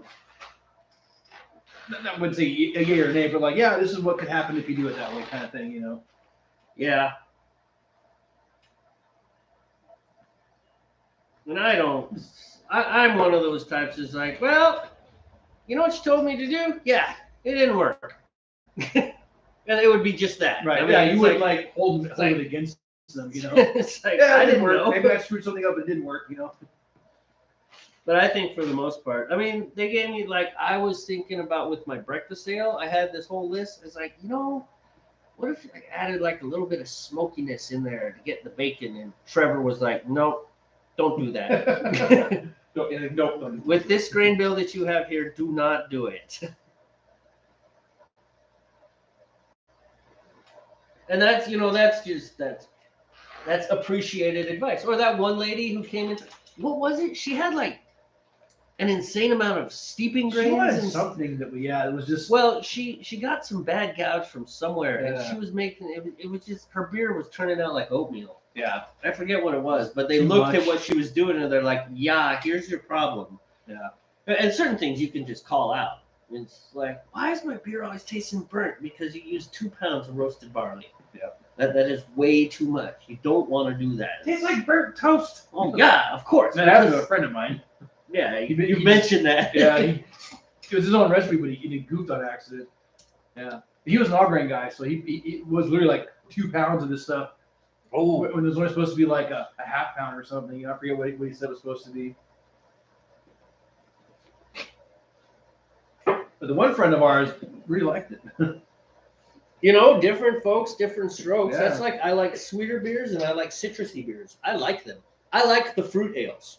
I know you're not a big thing of fruit ales. I know Wendy, she doesn't like citrusy.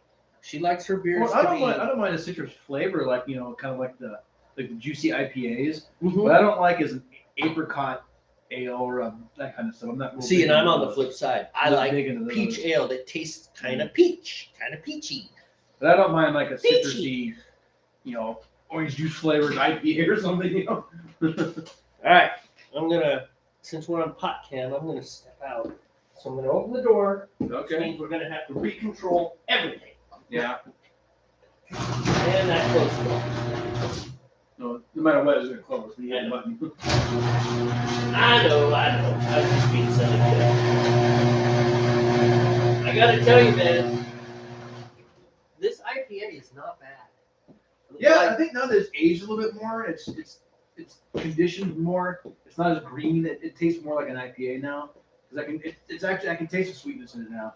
Yeah, it's. But it still doesn't have that hop aroma that I was trying to get. Right. It's just not a strong hop aroma. I would I sure think drink flavor it. wise, Though. I think flavor wise it's fine.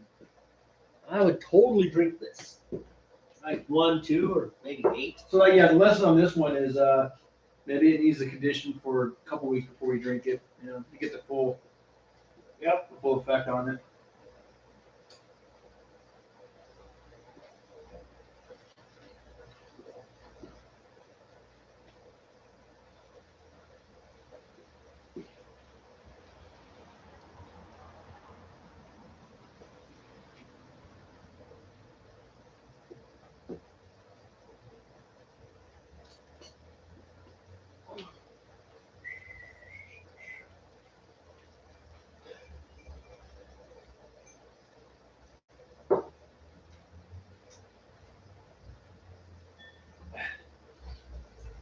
Not gonna lie, the whole concept of shorter boils strikes me as interesting. But I can see that. It guess it depends on the flavors you're going for. Yeah. Right. Sure, man. Caramelized onions. Caramelized onions, barnyard. A little bit of barnyard. Cheesy smoky bacon stout. I wouldn't be surprised if someone has tried that already. I hope not, because I was trying to be utterly ridiculous with that lyric. Yeah. I mean, it worked, but I wouldn't be surprised. I wouldn't put it past the world. Well, not this hot break. So we need to. Sorry, I didn't mean to cut you off. We need to get the work chiller in sanitation solution. Well, there's the solution right there. So, because you're going to be done here I got at least half an hour. within some time. So, but what I don't want to happen is that we get yakking and lose track. Yep, I know. So, I know. Well, here, let me grab it. yeah, we can just do that now. I mean, I can even bring the hose over because I fixed the hose, so I have my 180-foot hose connected again. 180 feet. No, that's exaggerating. It is a long hose. It's like 80 feet, I think, actually. Like I'm stuck.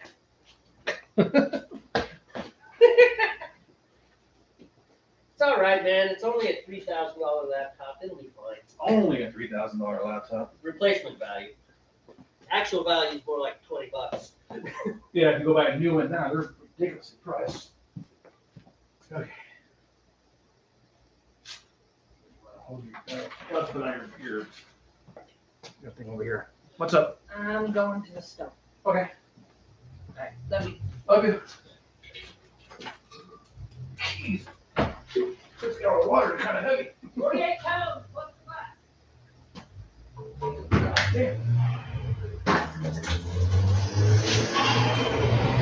You know what the nice thing about Star San is? What's that? When you spill it all over your pants like you just did, it doesn't bleach. No.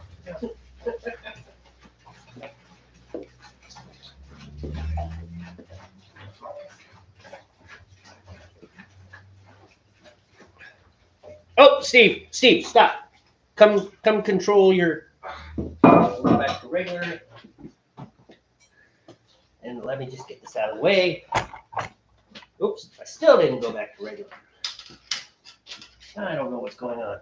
Why do you not work when you go back to regular cam? Regular cam? Fine, we'll do this. Hi everyone. Wonder who our single quiet viewer is. I don't know. Anybody we know? Do we know you? Do we know you? Are you a friend? Are you an enemy? Should we be worried? Maybe it's a bot.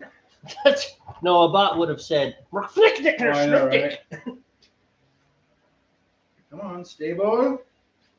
Stabilize, yes. Stabilize. Alright. I guess I can go over here and continue pouring. Oh, sure. It's a concept.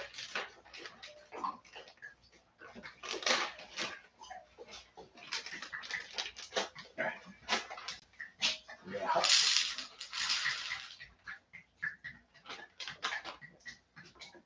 Alright, that's that. Yeah, Steve, when we get old, we're going to have to build rigs for all this. I know. Electric motors and hydraulics. Pulleys and stuff. Yeah,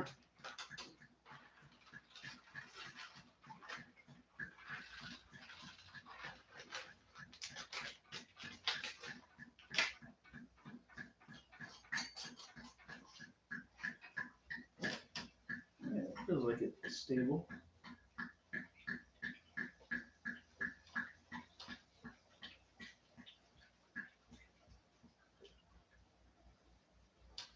Nice roller.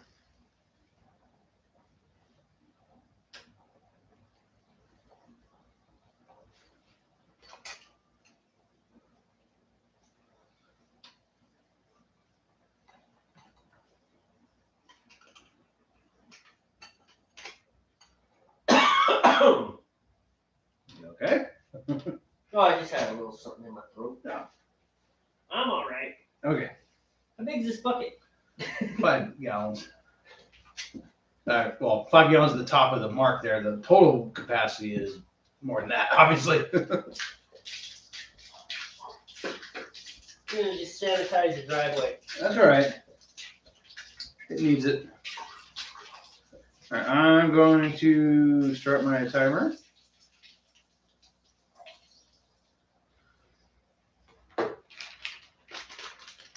Now I have excess hops, but that's okay.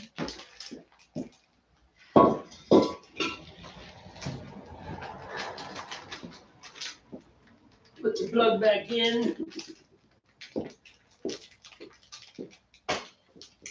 Okay.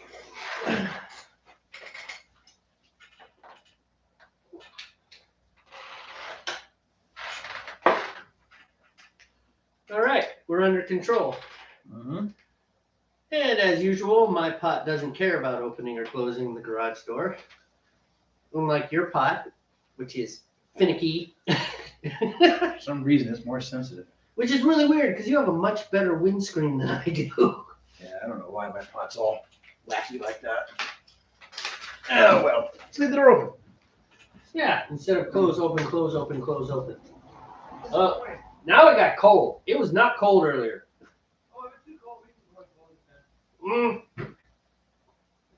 I'm good. I like the cold. I'm just gonna do a little cleanup as we literally watch fluids boil. I'm like Ilsa off of Frozen. Cold never bothered me anyway. Oh, Disney, how far you have fallen with the quality of your music. Muzak. Okay.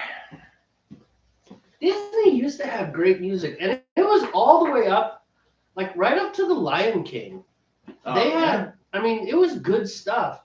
But then after that, it went to just cheap pop rock. I mean, literally, like soft rock, pop rock, Wilson Phillips type stuff. Oh. Yeah, that'll get hot. It got hot, didn't it? It did. But it fell over. I know. I saw it. Control that. Put your spoon across there. I did. You are not having a good time. Where's my stupid glass? I can't see. That reminds me of the first time I tried to show what was happening, and I got the camera too close, and she's like, fog. It's like, okay, so you'll just have to trust us that there's cool stuff going on here. All right. All right.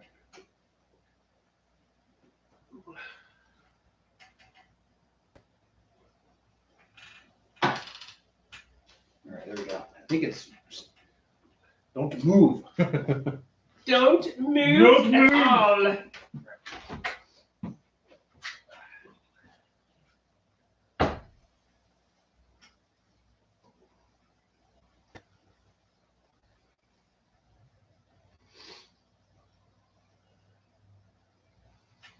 I'm staring at my phone. I'm sure this is very entertaining for me to be staring at my phone. We should think up a new topic to talk about.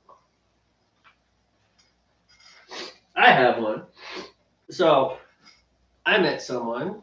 Actually, I knew them. I already knew them. We'll wait for Steve to come back, because it's a good topic. It's a topic that me, Steve, and a few other people have experience with. If Steve ever comes back. I think he'll come back. I hope he comes back. He better come back, because his pot is the one that randomly boils over or stops boiling or what have you.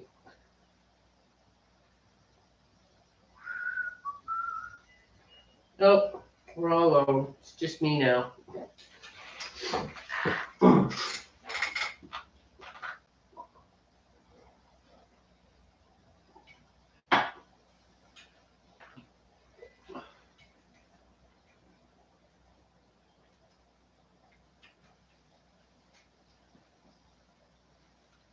We really need music. Speaking of music, we have all 5 of the songs for the ever promised but never arriving beer album are finally done. We've got Drink 'Em All, You Can Brew, or Relax and Have a Home Brew. I don't have a title for it yet. Best Beer is the one that's for me, just called the Best Beer. Hold My Beer, and Better Beer Through Metal. And Better Beer Through Metal is exactly what you think it is. Heavy metal, rock. Totally awesome. Blah! Talk about Better Beer Through Metal. Pretty much awesome. What? Better Beer Through Metal? What through metal? Better Beer. Oh, better beer. Oh, You know, Better Beer Through Metal? yeah. That one song. Or Bubba-Chum. Bibidum. Bubba-Chum. Bubba-Chum. Bubba-Chum.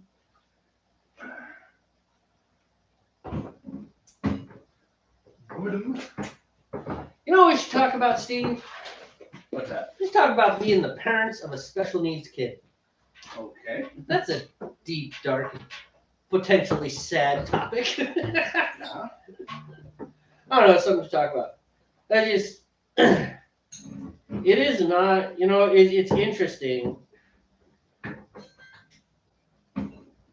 how parents react. Some people, like me, I really fought it. Like, I don't cut my boys any slack, right? It's like, I have to remind myself, well, we had that discussion where when my kids are being jerks or whatever, Right. if I have enough presence of mind, I have to ask myself, all right, am I dealing with a punk teenager right now? Or in my case, 20-somethings. Both the boys are 20. Wow. More than 20. 22 and 23. But, am I dealing with, a punk 22-year-old? Or am I fighting autism? Yeah.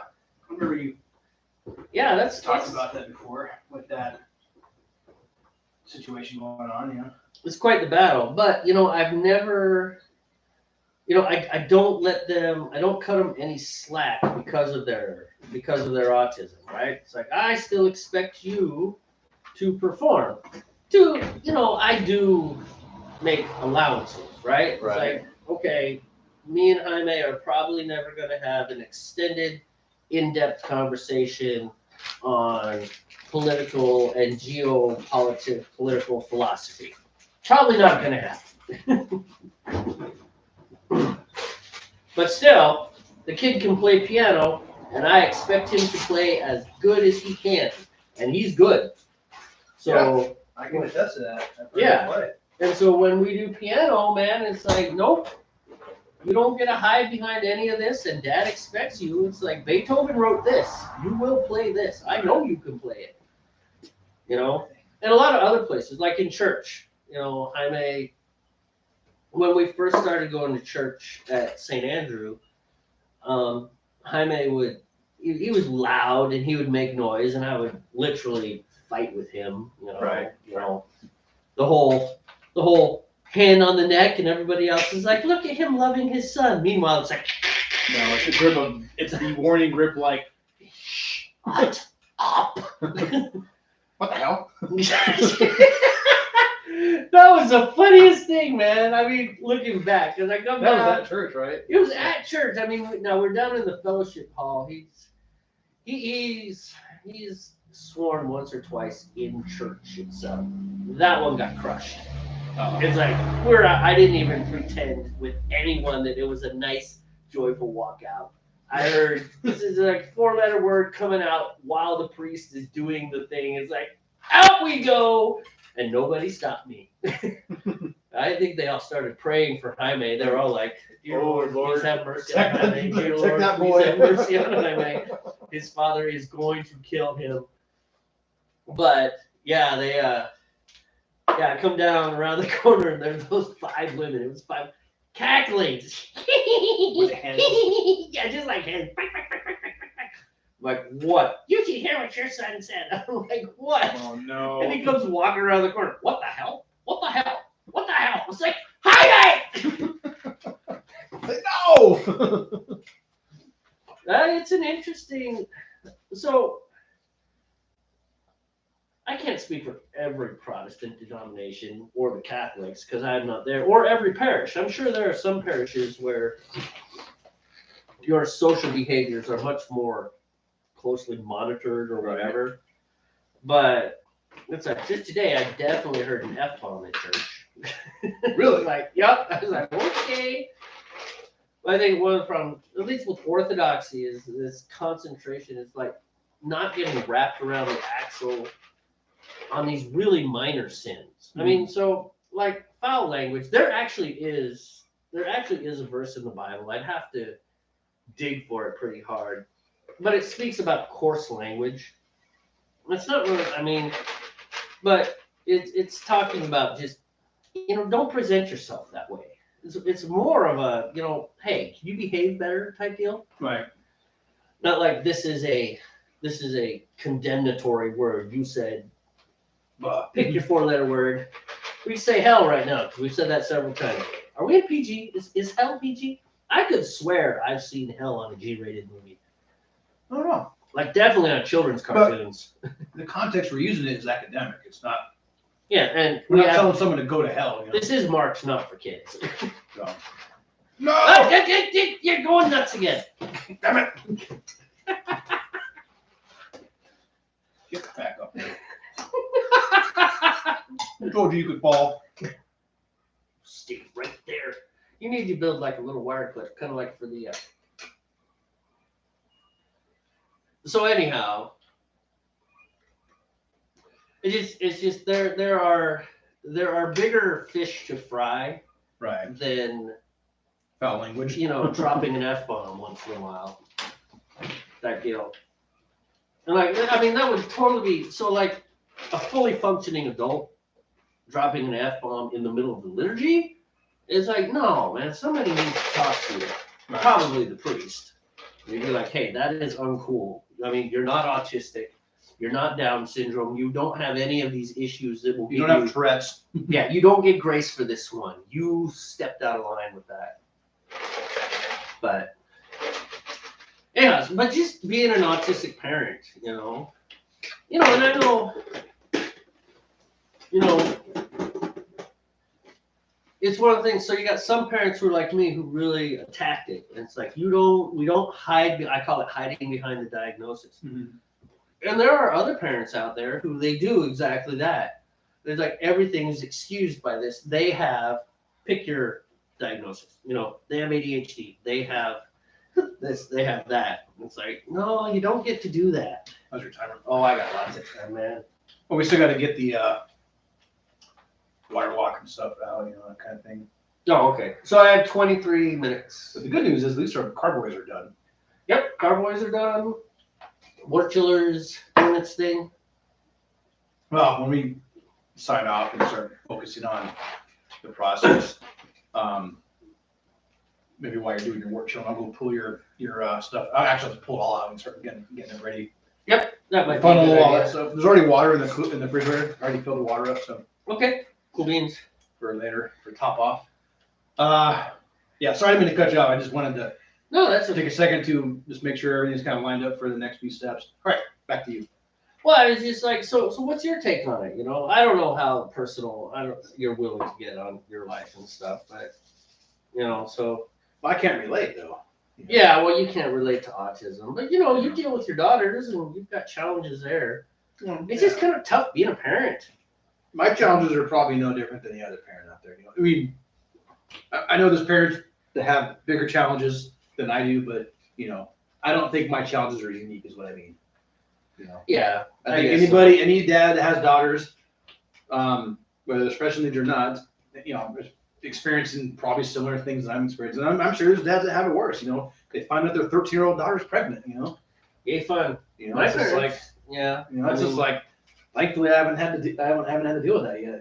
I still have one that's under 13, but I don't think she's that way. Like she's gonna, let herself. You don't think she's pregnant right now? No. What I mean is, when she's 13, I don't think she's going to be put Yeah. herself in those situations, where she could become pregnant. Well, that's a tough one. I mean, it's such a balance. It's a balancing act between being strict and having expectations, and not being so strict that you drive your kid away. Right, and that's where I'm not.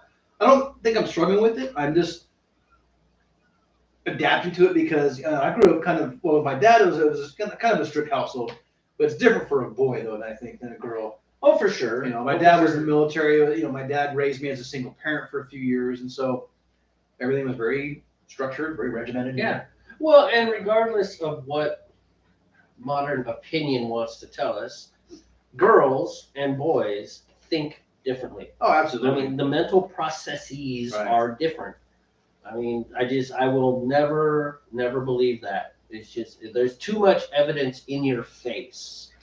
Right.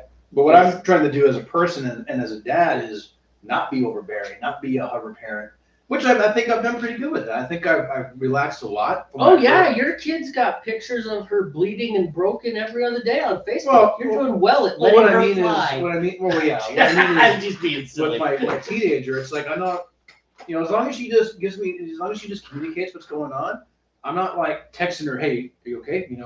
I'm Right. like, as long as she says, hey, I'm gonna go hang out with so and so, we'll be back around this time, Mhm. no problem. And I've told her, hey, if you're gonna run late, just let us know you're running late. Don't worry, you're not in trouble. Just say, hey, it's taking longer than I thought. Can I have Yeah. another 20 minutes? Which she's done, and she's done great. So I've learned to just kind of let go and let her go be herself, and It's gonna be hard for you. it was as a dad, and with a teenage Well, daughter, also as I an know how engineer. boys were or are, I know how we were when we were boys, Oh, yeah. teenage boys. And so Well, I'm just thinking also as an engineer. I mean, like, because No, their no. engineering mindset, that whole control, Structure. make it work. Is Semicolons at the end of your Yes. program statements, you know. You're missing a semicolon. What's with this comment? Why isn't this Yes, I comment know not all accurate? programming languages use semicolons before someone pipes in there. Well, you know, Python and JavaScript don't use semicolons. JavaScript does use them, but they're not required.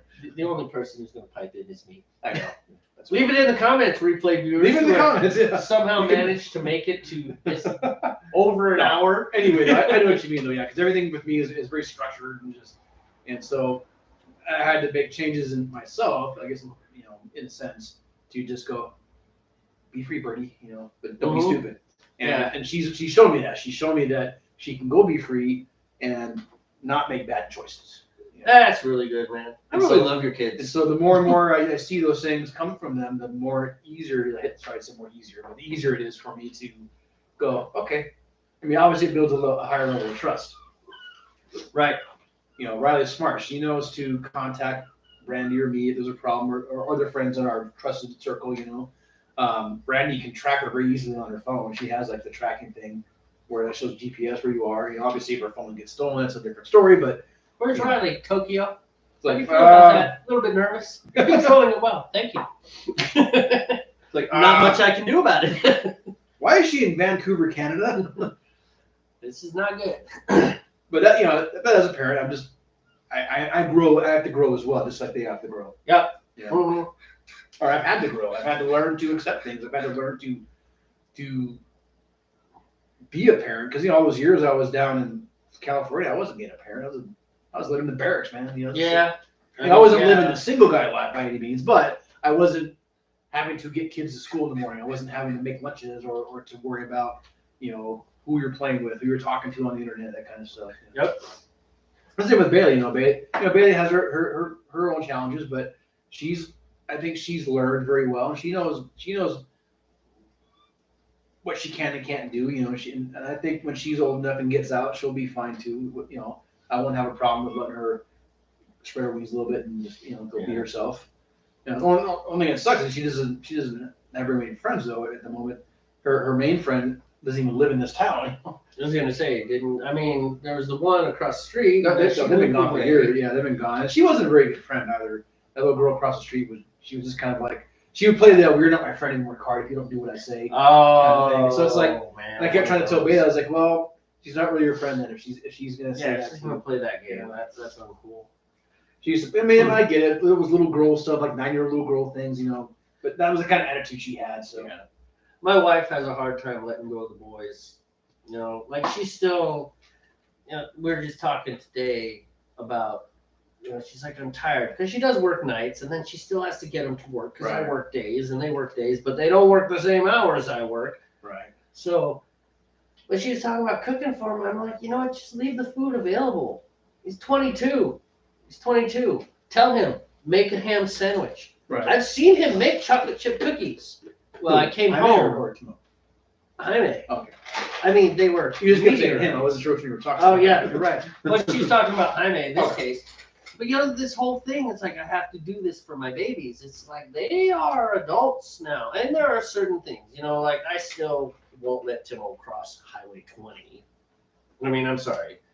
I'm just not gonna let that kiddo cross the highway. You will get a ride to work, but I will sure as heck let him catch the bus back from work, because then he gets off on our side of the highway, Right. and he can walk the mile to our house. Right. It ain't gonna kill him. You know, I mean, she's just, which is cool, and that's, you know, we're back to that whole different folks, different strokes. You know, I once saw, it was like one of those parenting things or something, but this guy was talking. He's like, you know, one of the functions of the mother is to protect the children. He's like, and one of the functions of the father is to push the children. Yeah. You know, go fly. You know, so mama is the crash zone, and then dad is the one who it's like, no. You know, sometimes you hold the mama back. It's like, wait, let's see what happens. This is, I mean, yeah, they might get a little bit hurt. They're not gonna die. You know, obviously, if we're talking life or death, it's like, we need a little more control here, type deal. Anyways. So I was just wondering, it was just some parenting, geez. Hard job. I don't think I get paid I enough never for said it. it was easy. Yeah. Well, hey, man, I am at 14 minutes and 30 seconds. So in a minute, I got to add my hops, and then we should probably get things ready. Ready to go? Yeah. All right. Hey, thank you very much for watching. If you made it this far, there's nobody watching right now, so we can just sign off. So All right. as always, relax. Don't worry. Have a homebrew. That's We what will we're see doing. you later. Yes. We really need a production team. I'm telling you, we need a production team.